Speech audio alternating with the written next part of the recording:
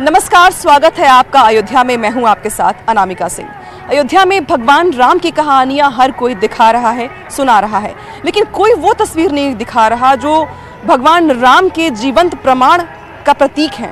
आज हम आपको उन स्थानों पर ले जाएंगे जहां की तस्वीरें देखकर आप हैरान हो जाएंगे, जो आज भी रामराज का जीवंत प्रमाण है।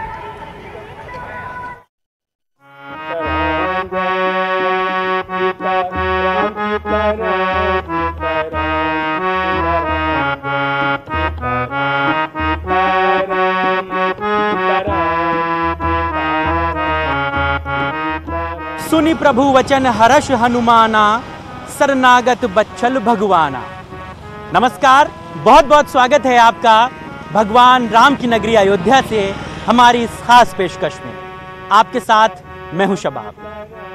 आप जब अयोध्या आते हैं या उसके बारे में सुनते हैं तो आपके जहन में क्या कौंधता है? किस बात पर सबसे पहले आपका ध्यान जाता है? वो है भगवान राम की जन्मस्थली अयोध्या। लेकिन क्या आपको मालूम है कि अयोध्या में राम जन्मस्थली के अलावा भी बहुत सारे ऐसे मंदिर हैं जो दुनिया भर में अपनी एक खास महत्ता रखते हैं? क्या आपको यह मालूम है कि भगवान राम के जन्म के लिए दशरथ ने कहां पर यज्ञ किया था?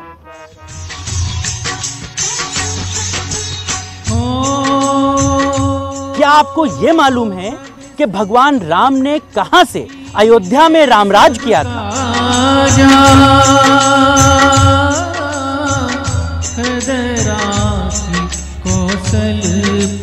कि वो कौन सी जगह है जहां पर भरत ने 14 सालों तक राम के खड़ाऊ रखकर पूरे अयोध्या में राज किया था?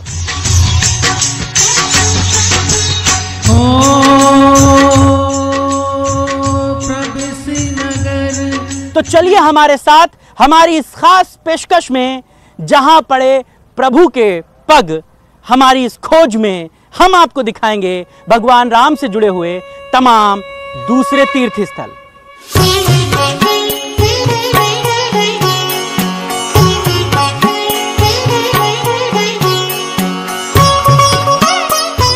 सरयू पर बने ब्रिज से उतरकर न्यूज 18 की टीम सबसे पहले उस धाम की ओर चली जिसे पूरा देश मखौड़ा धाम के नाम से जानता है।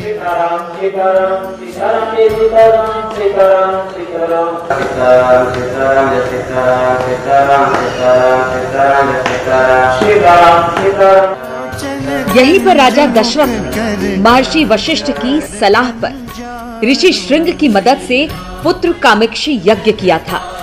यानी पुत्र पाने के लिए विशाल यज्ञ का आयोजन यहीं पर हुआ था।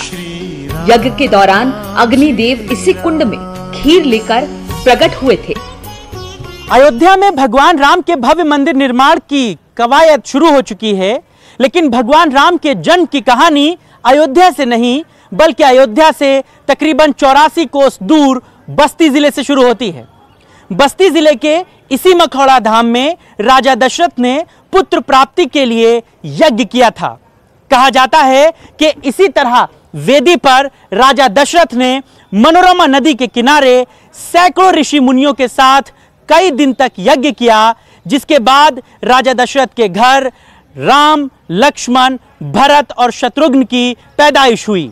उस यज्ञ को कराने वाले थे श्रृंगी ऋषि जी। श्रृंगी ऋषि वशिष्ठ बुलावा, पुत्र कामश्वी यज्ञ करावा।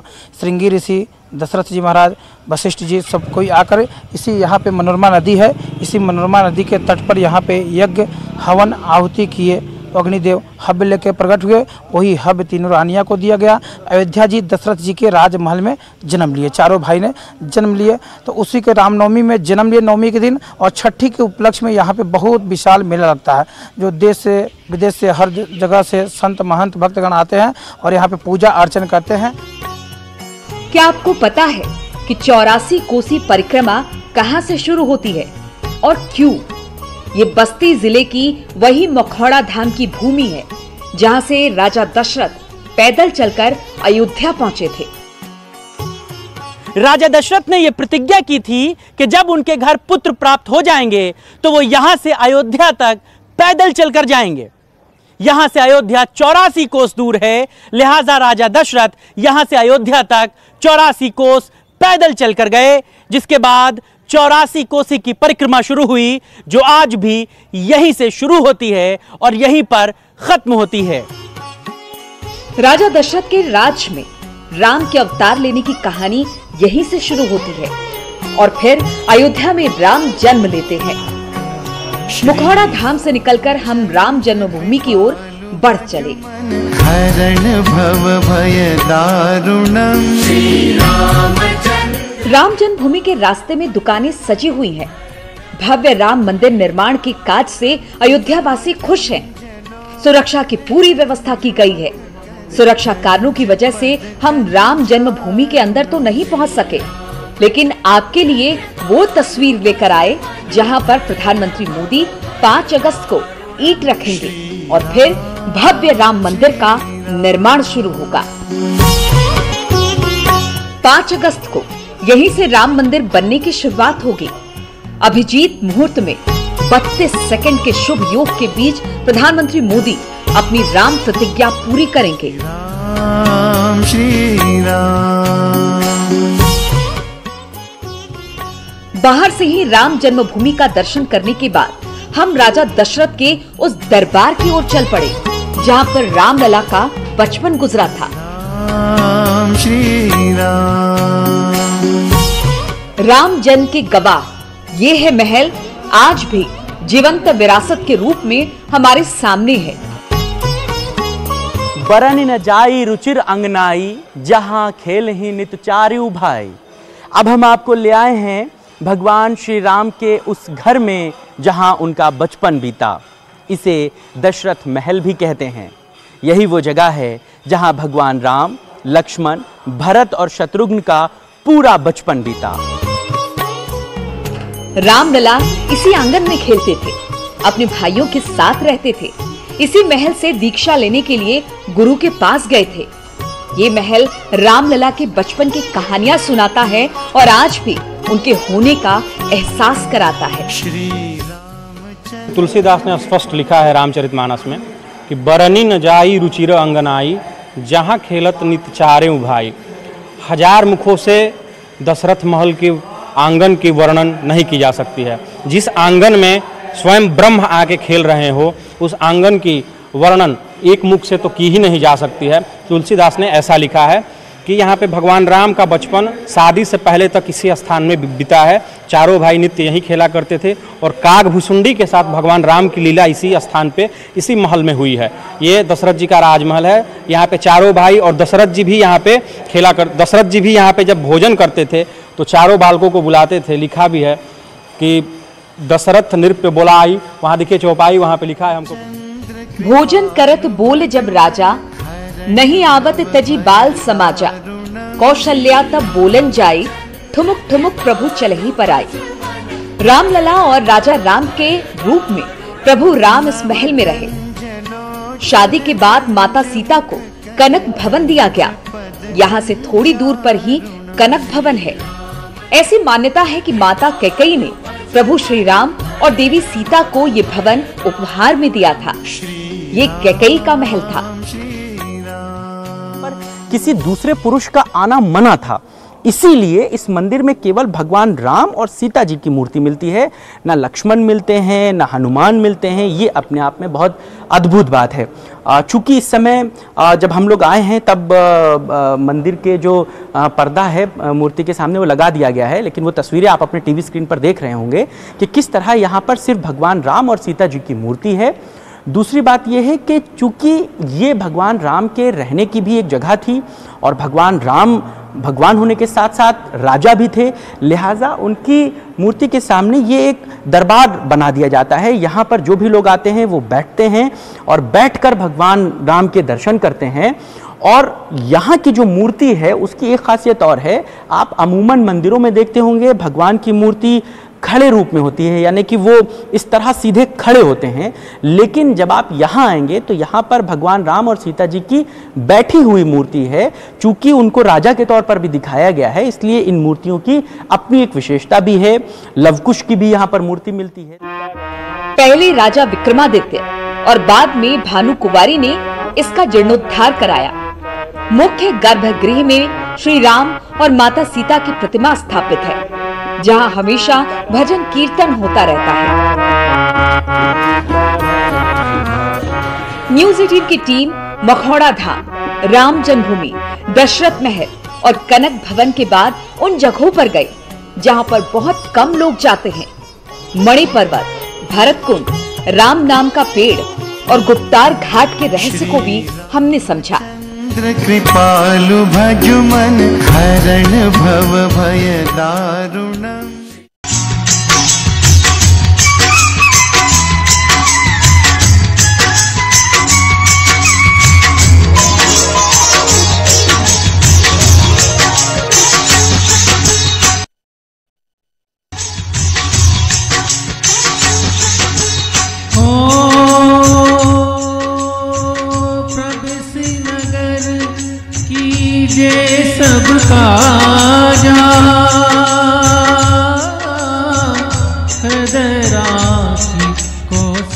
अयोध्या के कण कण में राम की कहानियां हैं। जहां जहां प्रभु राम से जुड़ी कहानियां हैं, वहां वहां के रहस्य को हम आपको दिखा रहे हैं। क्या आप मणि पर्वत के बारे में जानते हैं? क्या आपको पता है कि 65 फीट ऊंचे मणि पर्वत का राम से क्या कनेक्शन है? कहा जाता है कि जब लंका में युद्ध के दौरान लक्ष्मण मूर्छित थे तो हनुमान संजीवनी बूटी वाला पहाड़ इसी रास्ते से ले जा रहे थे। उसी दौरान एक टुकड़ा यहाँ भी गिर गया और तभी से इस पहाड़ को मणि पर्वत के नाम से जानते हैं। इस पर्वत से अयोध्या का दिव्य दर्शन होता है। अब हम आपको जिस जगह ले आए हैं, रामचरितमानस में इसका भी जिक्र होता है। इसे मणि पर्वत कहते हैं। मणि पर्वत का जुड़ाव माता सीता से होता है। ये जो मेरे दाएं तरफ कैमरामैन आपको ये बरगद का पेड़ दिखाएंगे, इस पेड़ की भी अपनी खासियत है। कहते हैं भगवान श्री राम के विवाह के पश्चात से यहाँ पर झूलों की परंपरा चली आ रही है, क्योंकि यहीं से झूला महोत्सव की शुरुआत होती है। असल में कहा यह भी जाता है कि समस्त भगवान यहाँ झूला झूलने आते हैं। सावन के महीने में माता सीता जी ने इस स्थान पर पंचमी मनाई थी, झूला झूला था और तभी से जो है यहाँ पर झूला उत्सव मनाया जाता है। एक बात और भी कही जाती है कि राजा दशरथ को इतनी मणियाँ दी गई थी कि यहाँ पर पहाड़ बन गया था। श्रावण शुक्ल तृतीया के दिन झूला उत्सव होता है, जिसमें आसपास की महिलाएं बढ़ चढ़कर हिस्सा लेती हैं। इसके बाद ही अयोध्या के बाकी मंदिरों में झूला उत्सव की शुरुआत होती है। इस मणि पर्वत को लेकर कई मान्यताएं हैं। एक बात और भी कही जाती है कि राजा दशरथ को इतनी मणियाँ दी गई थी कि यहाँ पर पहाड़ बन गया था मणियों का। राजा जनक ने इतना दिया था। असल में इसके पीछे का भी जो तर्क है वो ये है कि जब भगवान राम के विवाह के उपरांत जनक जी अयोध्या नगरी आए तो इन्होंने यहाँ पर सोचा कि यहाँ पर भगवान राम के नाम का नाम, रूप, लीला, धाम सब मिल जाते हैं। तो इसी बात से जो है उन्होंने यहाँ पर ये ज़मीन जो थी वो राजा दशरथ से ली थी राजा जनक ने, और उसके एवज में इतनी मणियाँ दी थी। कहा जाता है कि ये पूरा पहाड़ बन गया था और इसीलिए इसका नाम मणि पर्वत रखा गया। और सीता जी को जब अपने पीहर की याद आती थी, जब उनको अपने मायके की याद आती थी और वो मायके नहीं जा पाती थी, तो उन्होंने कहा जाता है कि इस पेड़ में झूला झूलना वो दशरथ महल से यहाँ आ जाती थी। कहा जाता है कि गौतम बुद्ध भी यहाँ पर आए थे और बहुत लंबे वक्त तक रहे, इसीलिए बौद्ध धर्म से जुड़े लोग भी यहाँ आते हैं। यहाँ पर बने मंदिर में भगवान राम और सीता की पूजा होती है। अयोध्या में इतने दर्शन स्थल हैं कि अगर कोई घूमना चाहे तो दिन छोटा पड़ जाए, लेकिन हमारी कोशिश है कि आपको एक साथ उन सभी स्थलों का दर्शन कराएं। इसके बारे में बहुत कम लोग जानते हैं।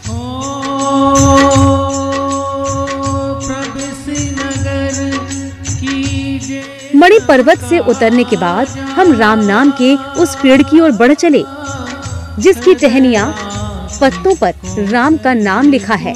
रामचंद्र कृपालु भजुमन हरण भव भय दारुणम्। पेड़ के नीचे से लेकर ऊपर तक राम ही राम है। जिधर देखेंगे राम का नाम लिखा मिलेगा। जलोचन कंज मुख कर। भगवान राम से जुड़ी हुई चीज़ों को हम लोग ढूंढ रहे हैं, समझ रहे हैं, जो उनसे जुड़े हुए मंदिर हैं वहाँ तक हम लोग पहुँच रहे हैं।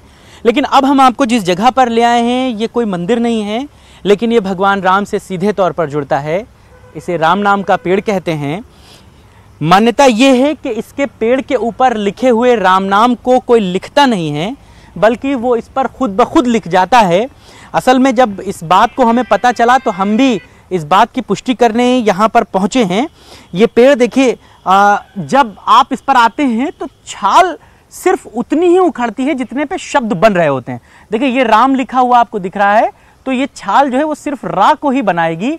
यानी कि जब मैं इसको खोद रहा हूँ तो देखिए रा ही अल्फाज पर ही खाली छाल जो है वो टूट रही है। देखिए रा बन गया है, ये साफ साफ रा दिख रहा है।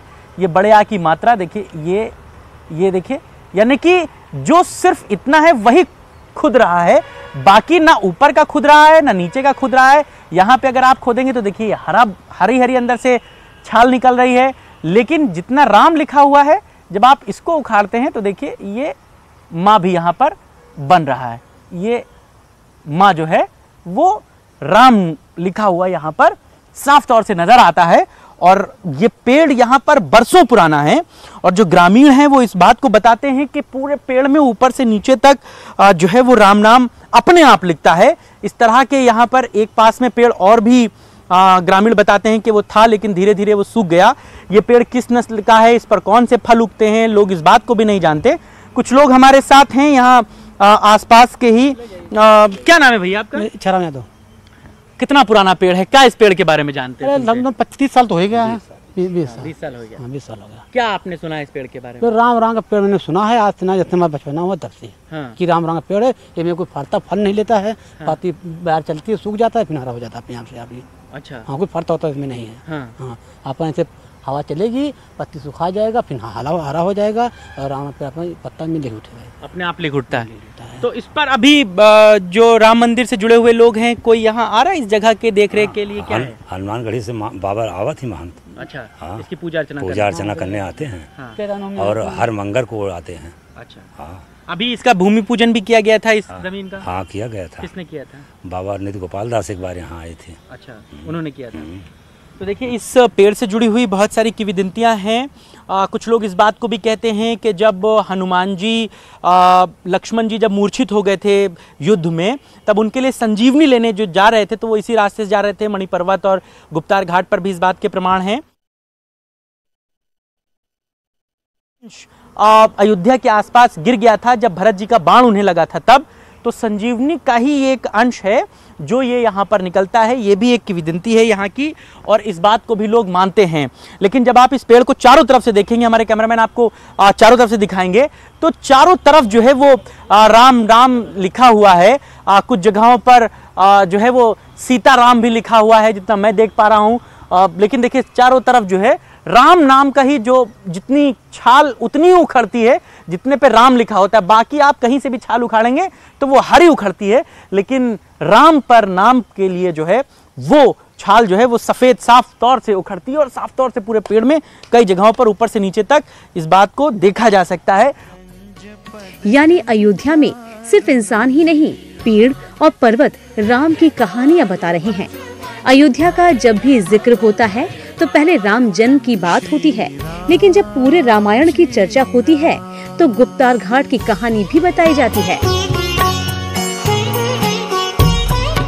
सरयू के किनारे छोटे छोटे मंदिरों के साथ गुप्तार घाट का दृश्य सबका मन मोह लेता है। लेकिन जब राम भक्तों को पता चलता है कि यहीं पर भगवान राम ने जड़ समाधि ली थी तो मन के भाव भी बदल जाते हैं। 19वीं सदी में राजा दर्शन सिंह ने घाट का नवनिर्माण कराया था। जब वर्षों तक वनवास पर जाने के लिए कहा गया तब उनके चेहरे पर जरा सा भी दुख नहीं था, और जब उन्हें दोबारा राजपाट मिला तब उनके चेहरे पर तनिक भी गर्व नहीं था। देश दुनिया की करीब 2000 जगहों से अयोध्या में भगवान राम की जन्मभूमि के भव्य भूमि पूजन के लिए जल पहुंच चुका है। कांची के पीठाधीश्वर ने पंच धातु से बना कमल का फूल भेजा है। भूमि पूजन के लिए अशोक सिंघल के भतीजे सलिल सिंघल को यजमान बनाया जाने वाला है। राम मंदिर शिला पूजन के दिन दीपावली मनाने की तैयारी की जा रही है। 18 अप्रैल से गर्भगृह में शुरू हुई पूजा और वस्तु पूजा के ठीक 108 दिन बाद पीएम मोदी के हाथों राम मंदिर की बुनियाद रखी जाने वाली है। जय श्री राम। अयोध्या से लेकर टाइम्स स्क्वायर तक भगवान श्री राम की गूंज सुनाई देने वाली है।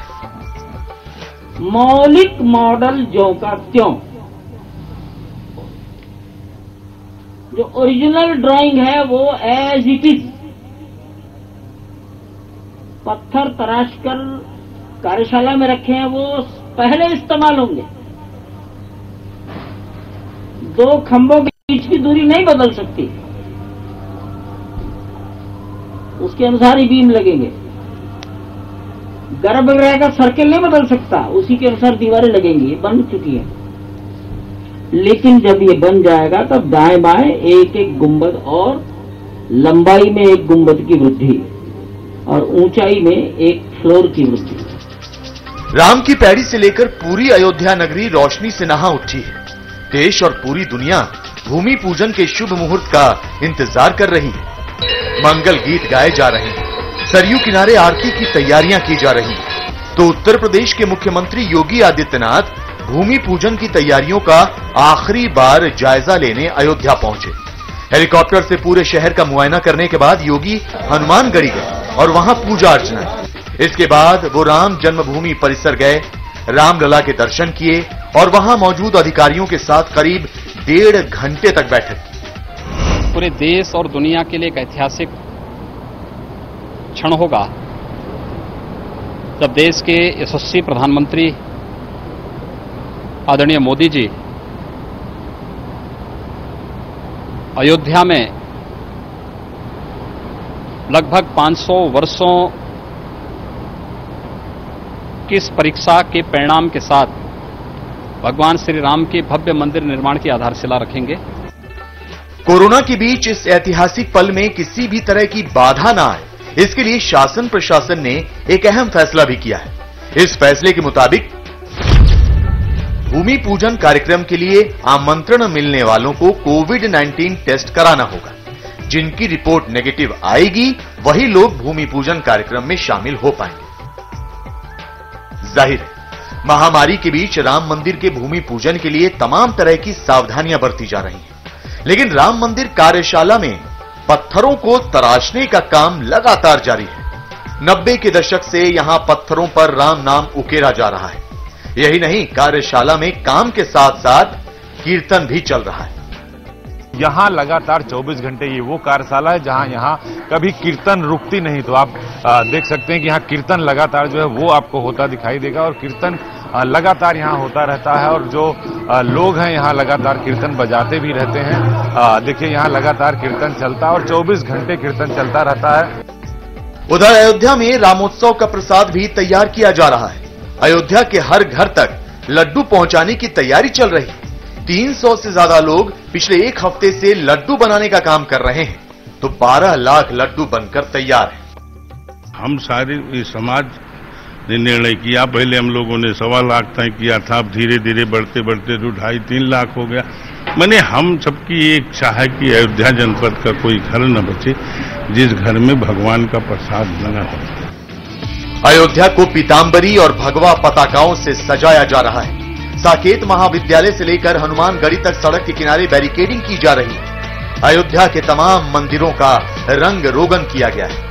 सड़कों और गलियों से लेकर छतों पर केसरिया पताके लहरा रहे हैं। दीवारों पर रामायण कालीन छवियां उकेरी गई। जगह जगह तोरण द्वार सजाए गए, तो पूरी अयोध्या नगरी फूलों की सुगंध से महक उठी।